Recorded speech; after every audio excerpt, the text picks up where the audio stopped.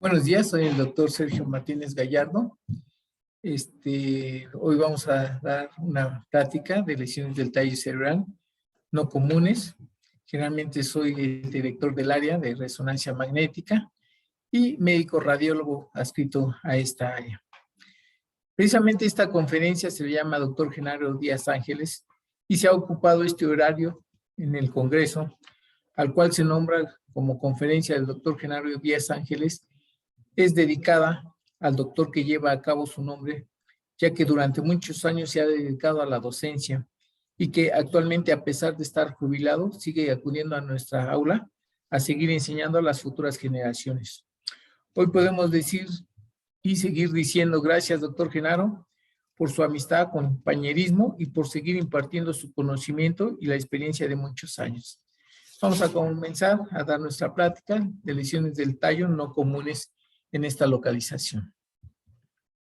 Como objetivo, vamos a revisar las distintas patologías que afectan al tronco cerebral y resalta el valor de los hallazgos característicos por imagen en la resonancia magnética en los diferentes diagnósticos etiológicos.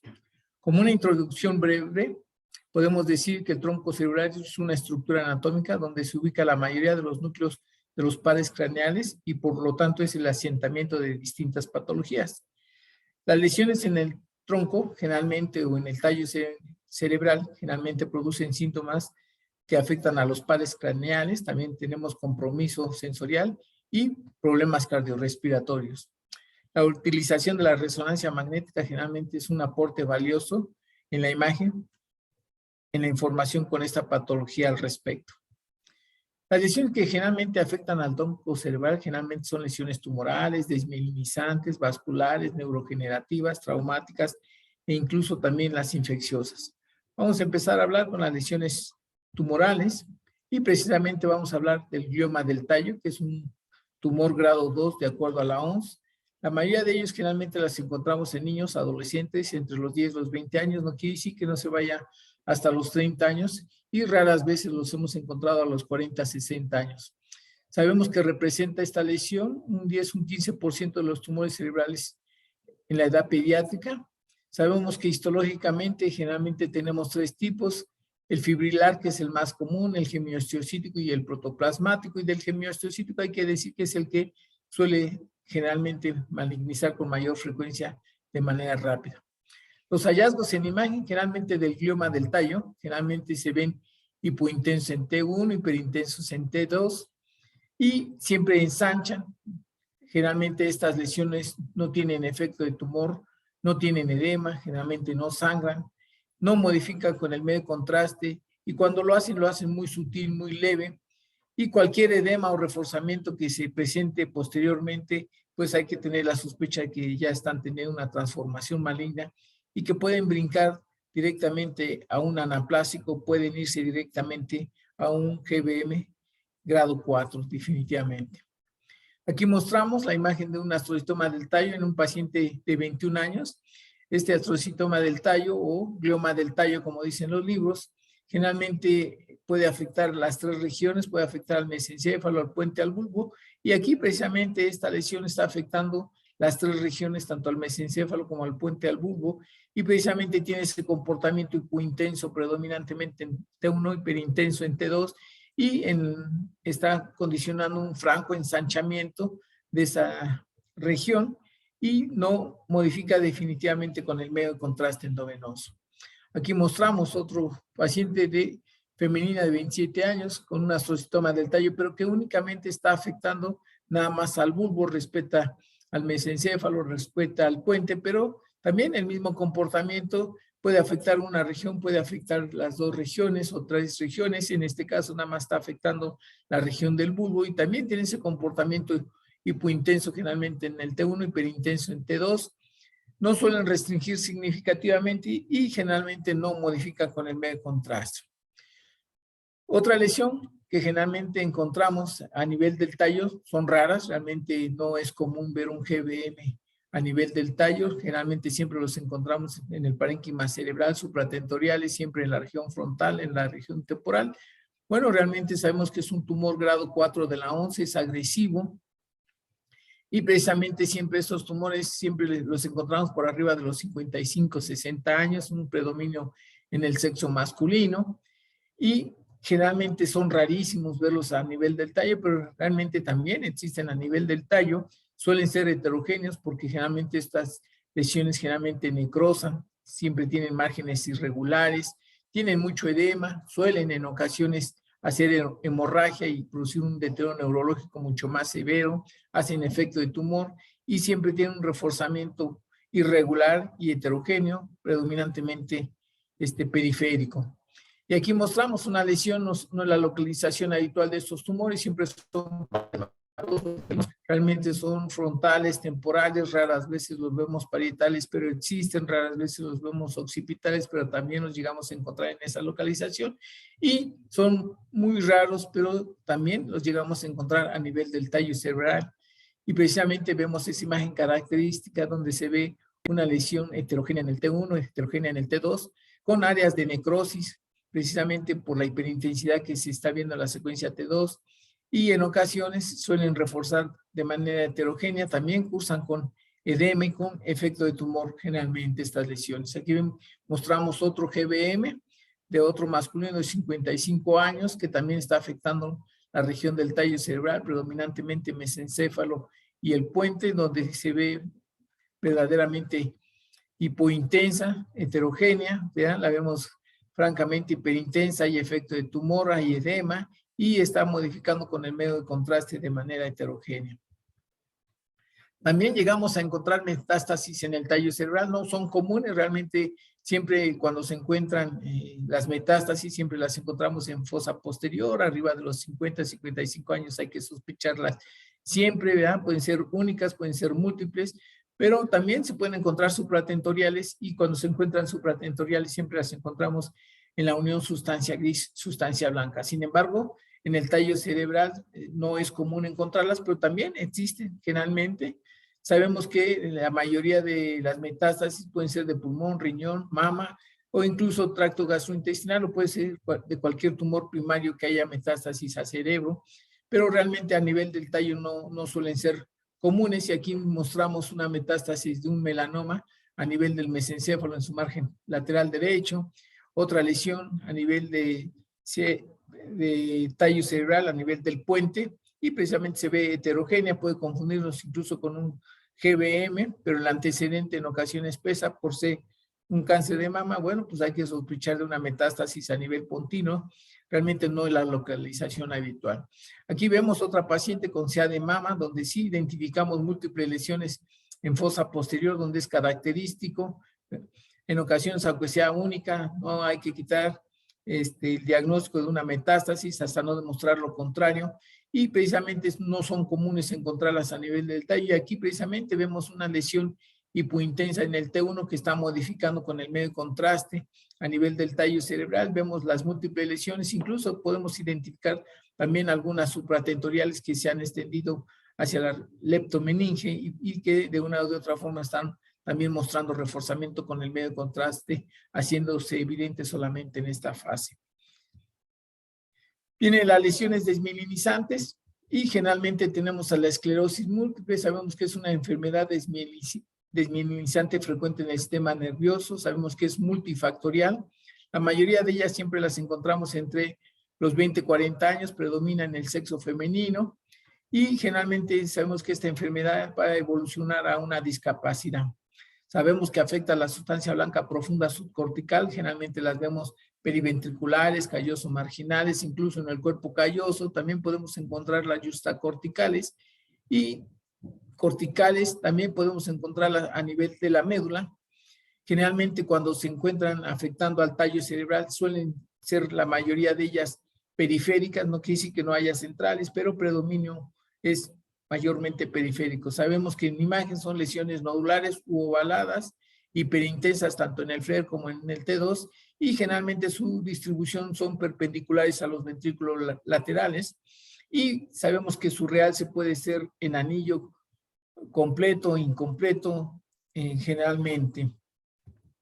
Y aquí mostramos la clásica imagen de esclerosis múltiple de tipo Charcot, generalmente siempre las imágenes en dedos de Dawson, que generalmente son perpendiculares a los ventrículos laterales, pero la intención es mostrar estas lesiones hiperintensas a nivel del pedúnculo cerebeloso y a nivel del puente, donde vemos efectivamente estas lesiones que la mayoría de las veces son periféricas, no quiere decir que no hayan centrales, pero predominantemente su característica es periférica de estas lesiones. Aquí mostramos otro paciente masculino de 29 años, también con lesiones a nivel de los pedúnculos cerebelosos, donde vemos la lesión precisamente hiperintensa en el T2 y precisamente periféricas. También podemos encontrarlas aquí centrales, como en este caso, no son comunes, pero solemos verlas, y aquí vemos el reforzamiento en anillo de esta lesión, tanto a nivel del puente como a nivel de la médula en su margen superior.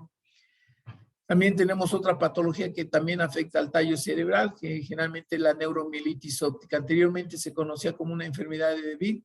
Sabemos que actualmente es una enfermedad desmielinizante caracterizada por neuritis óptica y mielitis, y que la mielitis generalmente en esta patología es que llega a afectar a más de 3 segmentos generalmente. Sabemos que se acompaña también con lesiones en las áreas específicas como es el hipotálamo, los núcleos periventriculares, a nivel del tallo predominantemente el puente, y también afecta a los pedúnculos cerebelosos. El diagnóstico generalmente en esta patología puede estar asociada con la seropositividad de la aquaporina 4. Los hallazgos en imagen generalmente son focos hiperintensos que modifican predominantemente en el epéndimo del sistema ventricular y también en el área postrema. Generalmente se ven brillantes o hiperintensos, generalmente en el T2, en la secuencia Flair, y que en ocasiones también pueden modificar con el medio de contraste en esa localización. Aquí mostramos una neuromielitis óptica clásica, donde vemos verdaderamente la afectación, el incremento en el diámetro, la hiperintensidad normal en esta secuencia T2, supresión grasa, donde se ven los nervios ópticos aumentados en su diámetro y que están modificando precisamente con el medio de contraste. Vemos la afectación del área postrema, vemos la afectación de la médula, de todo un gran segmento largo de la médula, es hiperintensidad totalmente anormal. También vemos afectación de la sustancia periacueductal, que también puede modificar con el medio de contraste, y también la afectación del epéndimo, del cuarto ventrículo y el área postrema, que se está viendo desde el plano sagital. Aquí la estamos viendo, la afectación del área postrema, precisamente en ese plano axial. Otra neuromielitis óptica que también está afectando a ambos nervios, pero la afectación predomina más del lado izquierdo, y vemos también la afectación subdependimaria precisamente del cuarto ventrículo, y también la afectación del área postrema a nivel del bulbo en su margen posterior, que se ve hiperintenso y que de una u otra forma con el medio de contraste llegan a mostrar reforzamiento precisamente. También podemos encontrar lesiones infecciosas a nivel del tallo cerebral, no es común, generalmente siempre son parenquimatosas o cerebelosas, y precisamente vamos a hablar de la encefalitis diseminada aguda, que es el ADN, es una enfermedad desmielinizante. Es una enfermedad desmielinizante inmunomediada monofásica que a menudo se presenta en adolescentes y en niños. Sabemos que es una etiología autoinmune y que puede estar asociada con procesos infecciosos virales o con vacunación. Muchos pacientes tienen anticuerpos MOG. Suelen ser múltiples lesiones que generalmente afectan a la sustancia blanca profunda, predominantemente la región parietal y frontal. También podemos encontrar las yustacorticales, cuerpo calloso, incluso periventriculares, generalmente. Y también pueden afectar ganglios de la base, pero aquí la intención es mostrar precisamente que también tiene una afectación al tallo cerebral. Y generalmente también sabemos que estas lesiones, estas enfermedades también pueden afectar a la médula espinal.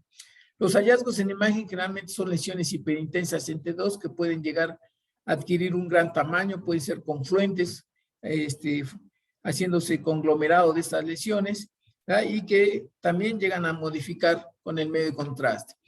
Estas son algunas características de la encefalitis, las mostramos en las secuencias Flair, en las secuencias T2, generalmente son 2 pacientes, y la intención es precisamente mostrar que precisamente estas lesiones también llegan a afectar al tallo cerebral, como en este caso aquí a los pedúnculos cerebelosos, y precisamente a nivel del puente vemos estas hiperintensidades totalmente anormales que de una o de otra forma, si tuviéramos la fase contrastada, veríamos cómo modifican con el medio de contraste, independientemente de que también afecta a la sustancia blanca profunda subcortical e incluso también a la médula.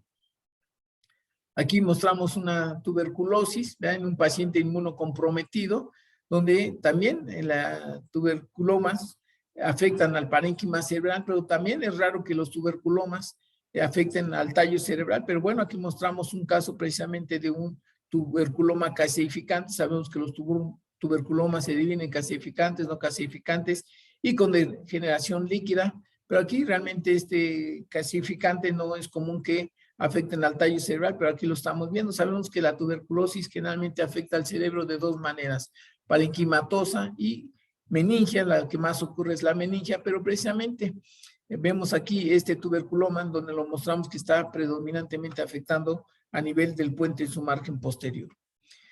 También existen abscesos en tallo cerebral, no es común, realmente es raro, ¿verdad? Tiene una alta mortalidad en esa localización. Generalmente sabemos que se extiende por vía hematógena o por vía directa, por un absceso o por una meningitis bacteriana. La clínica sabemos que siempre la cefalea, la fiebre, el letargo, vómito y alteraciones de la marcha. En ocasiones pueden ser únicas, pueden ser múltiples, siempre su comportamiento en imagen suelen ser hipointenso en T1, hiperintenso en T2, y que una de sus características es la difusión, generalmente restringen, y sabemos que realzan generalmente en anillos. Sabemos que los abscesos generalmente los encontramos supratentoriales, parenquimatosos, ya sea en la unión sustancia gris, sustancia blanca, o sea, justacorticales, pero también en la sustancia blanca profunda se pueden encontrar. Y aquí mostramos un caso de un paciente de 19 años donde tenía una endocarditis infecciosa, y precisamente aquí vemos esta lesión nodular que se ve hiperintensa en el T2, hiperintensa o con restricción evidentemente a la difusión a nivel de la unión bulbopontina, ¿ya? Y generalmente realzan, los abscesos generalmente siempre realzan en anillo. Aquí mostramos otro paciente, ¿ya?, inmunocomprometido con múltiples lesiones nodulares, tanto parenquimatosas como a nivel del tallo. Este paciente tenía un proceso infeccioso de tipo hongo, que es la candidiasis. Otra patología que generalmente afecta, es rara, pero podemos encontrarla también en tallo cerebral, es la inflamación linfocítica crónica con realce perivascular pontino que responde a los esteroides, y precisamente son las siglas en inglés de la enfermedad del Klippers. Esta enfermedad de Klippers fue descrita en el año 2010 y generalmente afecta al tallo cerebral, predominantemente a nivel del puente. Por eso estos pacientes cursan con afectación a pares craneales, tienen diplopia, fisartria, también llegan a presentar la ataxia y la espasticidad. Generalmente en la resonancia magnética siempre se comportan hipointensas esas lesiones en T1, hiperintensas en T2, y en el FLAIR dice que una de sus características es como una imagen heterogénea en puntos y comas, como si fuera un salpicado, que precisamente refuerzan con el medio de contraste. Y aquí mostramos dos pacientes con Klippers, una femenina de 23 años, un masculino de 33 años. Sabemos que esta enfermedad está escrita que puede ser desde la adolescencia hasta la edad avanzada, pero generalmente los pocos casos que se han reportado generalmente son adultos jóvenes. Y vemos imágenes amorfas, hiperintensas en la secuencia T2, también se pueden ver en la secuencia FLAIR. Generalmente no restringen a la difusión, pero siempre tienen ese reforzamiento en puntos y comas, muy heterogéneo, ¿verdad? Aquí nuevamente el mismo, otro paciente masculino de 33 años, donde vemos que no restringe generalmente esta lesión. Las vemos hiperintensas tanto en el T2 como en el FLAIR, y nuevamente el reforzamiento siempre es como un puntilleo, como si fueran puntos o comas. Realmente suele ser heterogéneo, pero de manera puntillado, por eso le llaman como salpicado, generalmente el reforzamiento. Existe otra enfermedad que no es común verlas en tallo cerebral, que es la enfermedad de BC. Es una enfermedad multisistémica, inflamatoria vascular crónica, idiopática, que suele ser remitente, recidivante. Clínicamente estos pacientes cursan con úlceras orogenitales. Generalmente también hay afectación de lesiones oftálmicas como la uveitis, la iridociclitis, y generalmente también cursan con artralgias en diferentes sitios. Sabemos que la enfermedad de BC puede afectar cualquier parte del cuerpo, pero cuando afecta al cerebro lo puede hacer en un 20-25% y se le conoce como neuro-BC. Generalmente puede afectar cualquier parte del cerebro, pero también cuando afecta, pues también puede encontrarse también en tallo cerebral, como lesiones pequeñas, lineales, circulares o irregulares. También pueden ser amorfas en media luna y pueden incluso en las secuencias T2 y FLAIR y con el contraste pueden simular incluso neoplasias, pero sin embargo la clínica sigue siendo lo mandatorio. El realce generalmente es irregular y mal definido y después de su tratamiento predominantemente con esteroides puede dejar secuelas como la atrofia a nivel del tallo cerebral o a nivel del parénquima cerebral donde se encuentra afectado. Y precisamente mostramos una femenina de 43 años donde precisamente se ve una imagen amorfa afectando al tallo cerebral que involucra al mesencéfalo, predominantemente al puente y al bulbo, se ve hiperintensa, muestra un ensanchamiento. Bueno, la clínica también es lo mandatorio y que de una de otra forma también puede modificar moderadamente o marcadamente con el medio de contraste y simulando lesión. También tenemos otra lesión en este paciente con neuro-BC a nivel frontal hacia la convexidad, en la unión sustancia gris, sustancia blanca. En el posttratamiento, pues vemos que generalmente también le dejó secuelas posteriormente. Aquí vemos otros dos pacientes donde también el paciente 1 y el paciente 2 también se ven áreas focales de mayor intensidad, amorfas que están afectando al tallo cerebral, puede afectar cualquier parte, pero también tiene una característica de afectar al tallo cerebral y generalmente puede confundirnos con una tumoración cuando realmente llegan a realzar con el medio de contraste. Sin embargo, siempre la clínica sigue siendo lo mandatorio en estos pacientes.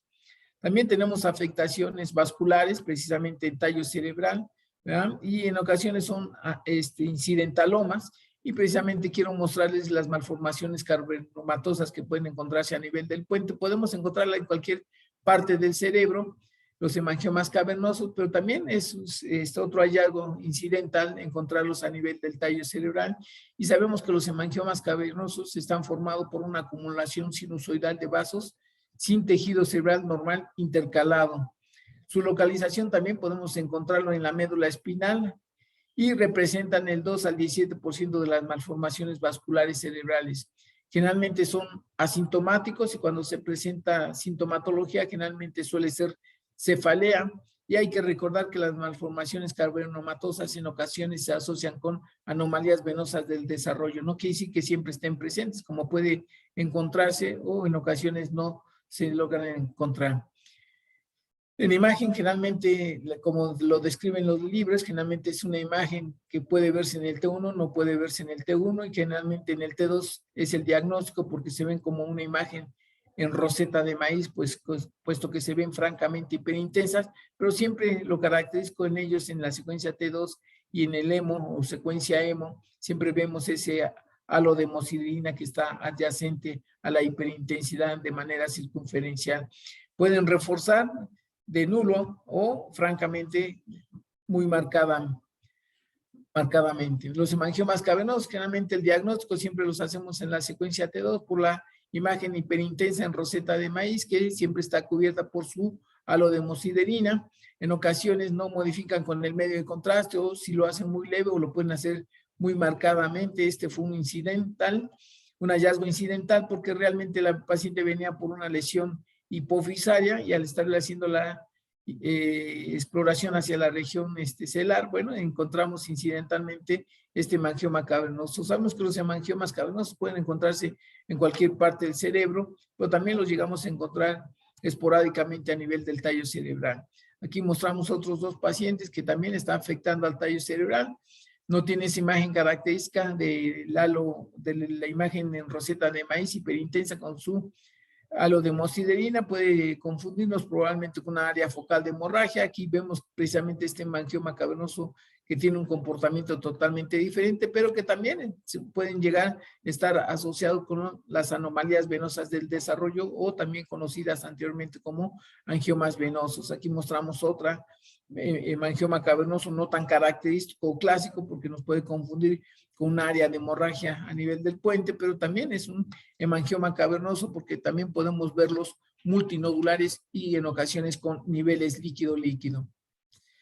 Otra malformación que también es un hallazgo incidental, no es común tenerlas, es la telangiectasia pontina, y que tiene una predilección precisamente a nivel del puente. Son hallazgos incidentales, a veces es difícil identificarlas. En ocasiones hay que hacer diagnóstico diferencial con los infartos lacunares porque generalmente llegan a modificar, pero siempre un infarto a nivel del puente siempre es muy sintomatológico y generalmente estas lesiones son incidentalomas y en ocasiones acuden por cefalea generalmente. Siempre se detectan con el medio de contraste y aquí precisamente mostramos una telangiectasia pontina. El libro de Ann Osborne siempre nos lo representa con esta imagen característica de esta pequeña imagen. Y les repito, el diagnóstico hay que hacerlo precisamente con los infartos lacunares, por eso siempre hay que jugar con la difusión. Sabemos que los infartos a este nivel son muy sintomatológicos. La mayoría de esos pacientes vienen por otra causa o por cefalea y en ocasiones en la secuencia T2 podemos ver las hiperintensas o podemos ver las hipointensas, pero eso sí, con el medio de contraste siempre modifican con el medio de contraste. Sin embargo, hay que ver también la difusión.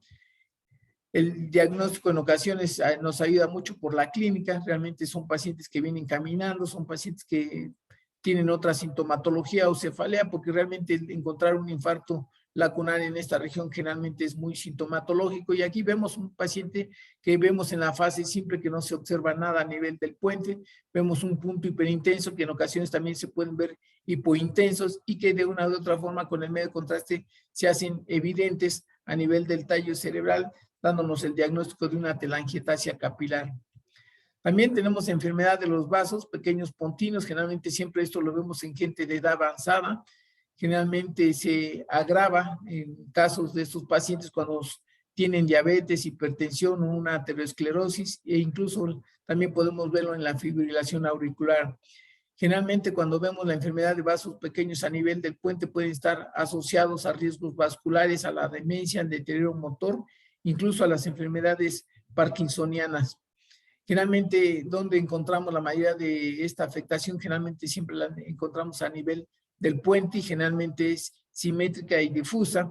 Los hallazgos en imagen suelen verse hiperintensidades mal definidas en la secuencia T2, en la secuencia FLAIR generalmente no restringen a la difusión y pueden ocurrir muy poco común de forma aislada, nada más afectando al tallo cerebral, pero generalmente esta enfermedad de pequeños vasos afecta tanto al tallo cerebral a nivel del puente como a la sustancia blanca profunda subcortical hacia la región supratentorial.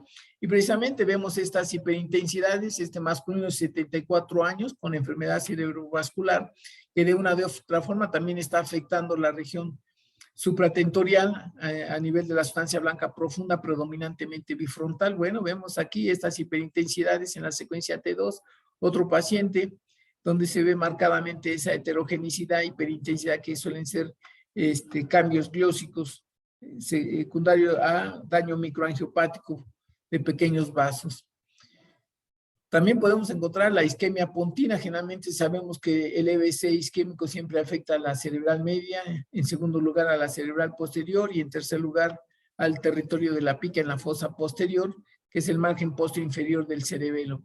También es raro encontrar la isquemia a nivel del puente, pero existen realmente. Sabemos que los eventos isquémicos pueden ocurrir en cualquier sitio y sabemos que su origen es por un émbolo que puede viajar, producir una estenosis, una oclusión arterial o incluso una placa aterosclerótica ulcerada puede estar presente y mandar émbolos. Incluso pacientes con cardiopatía también pueden mandar émbolos y predominantemente en la edad pediátrica. En tallo cerebral, generalmente cuando lo afecta, generalmente es la circulación posterior y las causas generalmente suelen ser la diabetes, la hipertensión y la fibrilación auricular cuando hace eventos isquémicos a nivel del tallo. Y la mayoría de ellos siempre los encontramos en la línea media parasagital. Realmente existen 5 tipos de territorio, pero al que más nos enfrentamos siempre va a ser al pontino anteromedial, donde siempre va a haber ataxia, déficit motor y disartrias. La imagen realmente es característica, generalmente siempre restringen a la difusión, generalmente los infartos como que si fuera en cualquier otro sitio. Aquí mostramos, vamos a mostrar dos pacientes con un evento isquémico a nivel del puente, donde verdaderamente vemos esa hiperintensidad en el T2, una hipointensidad en el T1 y que de una o de otra forma está restringiendo la difusión. Todavía no modifican en el medio de contraste porque los estamos encontrando en una fase aguda, pero están muy sintomático el paciente.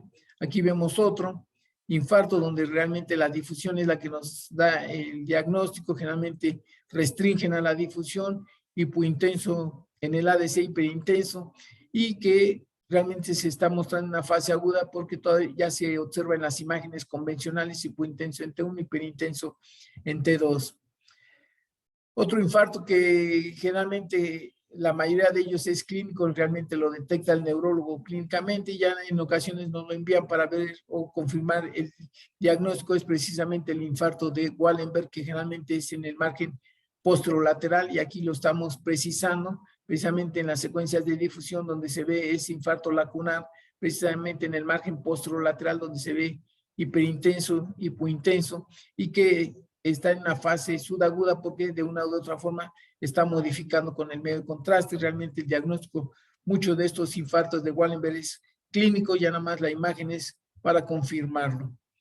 También tenemos procesos neurodegenerativos a nivel del tallo, realmente son raros, pero los encontramos generalmente en gente de edad avanzada. Sabemos que uno de ellos es la atrofia de múltiples sistemas y generalmente son trastornos neurodegenerativos de tipo Parkinson plus, atípicos o también el de atrofia cerebelosa, que anteriormente se le conocía como atrofia olivopontocerebelosa, realmente no son comunes, ¿verdad? Pero de los dos generalmente el que más ocurre es el Parkinson plus y generalmente se caracteriza por una combinación de parkinsonismo, signos cerebelosos, piramidales y disfunción autonómica. Histológicamente podemos decir que son gliosis e inclusiones citoplasmáticas gliares en varias regiones del sistema nervioso, generalmente afecta al cerebro de manera global, puede afectar al cerebelo, al tallo cerebral o ambos hemisferios cerebrales.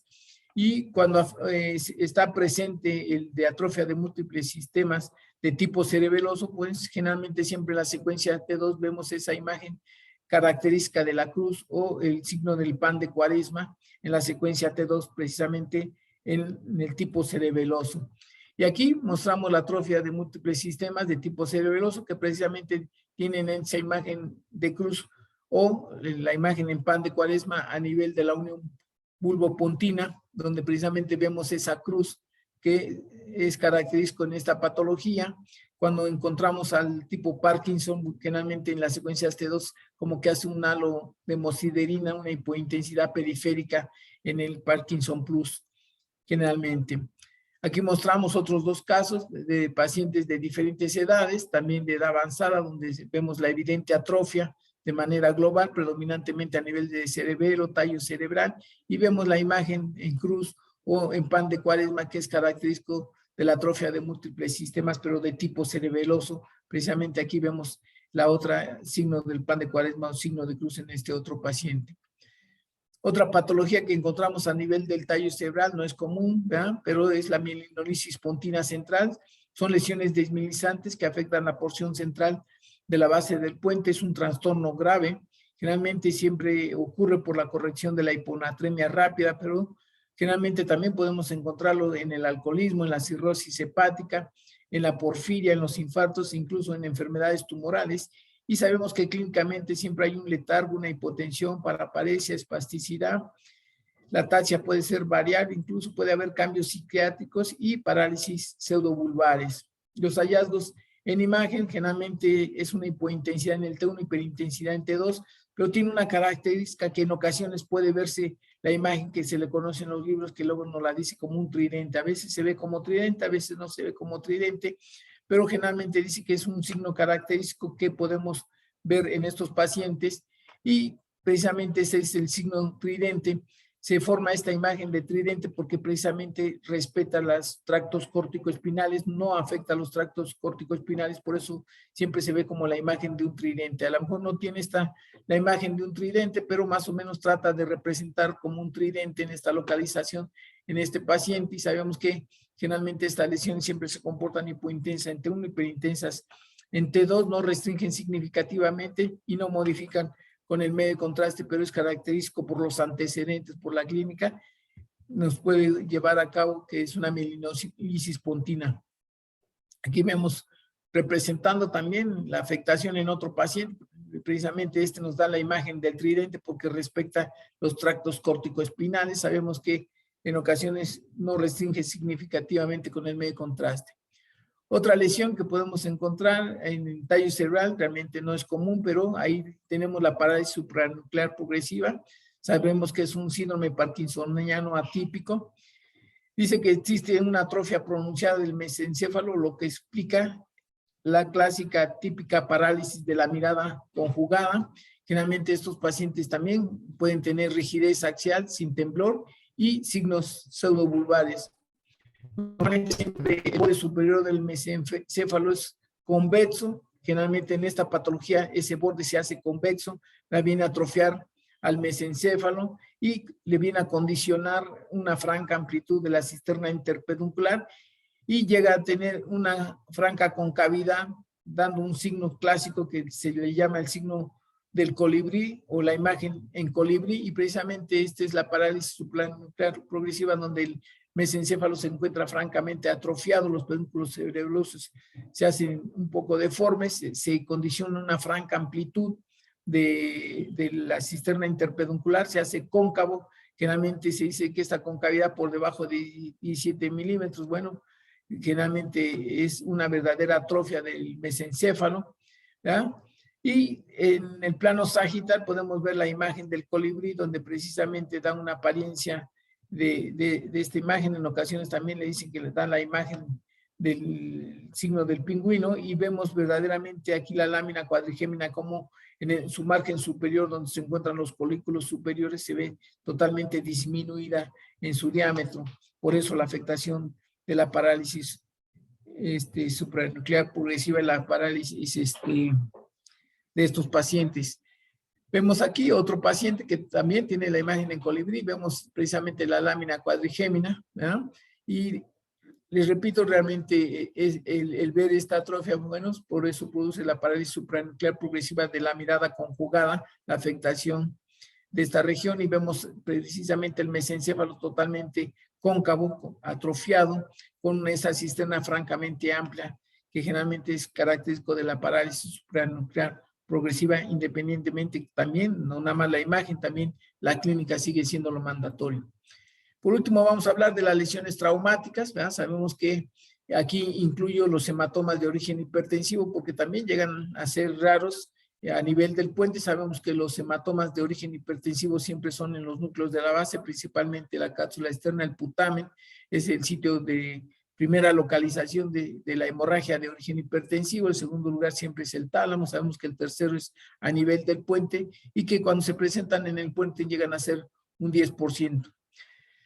También tenemos lesiones traumáticas, que es la lesión axonal difusa y la hemorragia de Duret, ¿verdad? Que son hematomas ovoideos ubicados parasagitalmente a nivel del tronco del tallo cerebral. Este paciente es hipertenso, de edad avanzada, 50 años aproximadamente, y vemos precisamente una hemorragia a nivel del puente, pero realmente el origen de esta hemorragia fue de origen hipertensivo. Nos puede confundir ese hematoma probablemente con una hemorragia de alguna malformación subyacente. Había que esperar que involucione ese hematoma para poder ver la lesión malformativa, pero realmente el antecedente de un paciente mal controlado de la presión realmente presentó deterioro neurológico súbito, y precisamente vemos la hemorragia y sabemos que era un paciente hipertenso y por eso hizo la hemorragia. Realmente es la tercera localización de hemorragias de origen hipertensivo a nivel del puente. Aquí tenemos un paciente, sabemos que la lesión axonal difusa siempre afecta a la unión sustancia gris, sustancia blanca, porque es la área de mayor irrigación, pero también llegan a afectar a nivel del puente, y aquí vemos una lesión precisamente de lesión axonal precisamente a la altura del puente, que también podemos encontrarla. No es común verlas en esa localización, pero a veces el antecedente traumático y ver estas lesiones a nivel del puente, pues hacemos sospechar que son lesiones axonales difusas. También sabemos que la hemorragia de Dure también es un evento traumático severo, y son precisamente hematomas ovoideos ubicados parasagitalmente en el tronco a nivel del mesencéfalo, a nivel del puente, podemos ver, y precisamente está dado por los desgarros de los vasos paramedianos. Como conclusión, podemos decir que se destacan los hallazgos imagenológicos útiles en el diagnóstico de cada una de las patologías a nivel del tallo cerebral, incluyendo alteraciones desminimizantes, infecciosas, traumáticas, tumorales, y que generalmente solemos verlas o solemos diagnosticarlas por resonancia magnética. Les doy las gracias por su atención y aquí está la bibliografía en la cual me basé para darles esta presentación. Muchas gracias.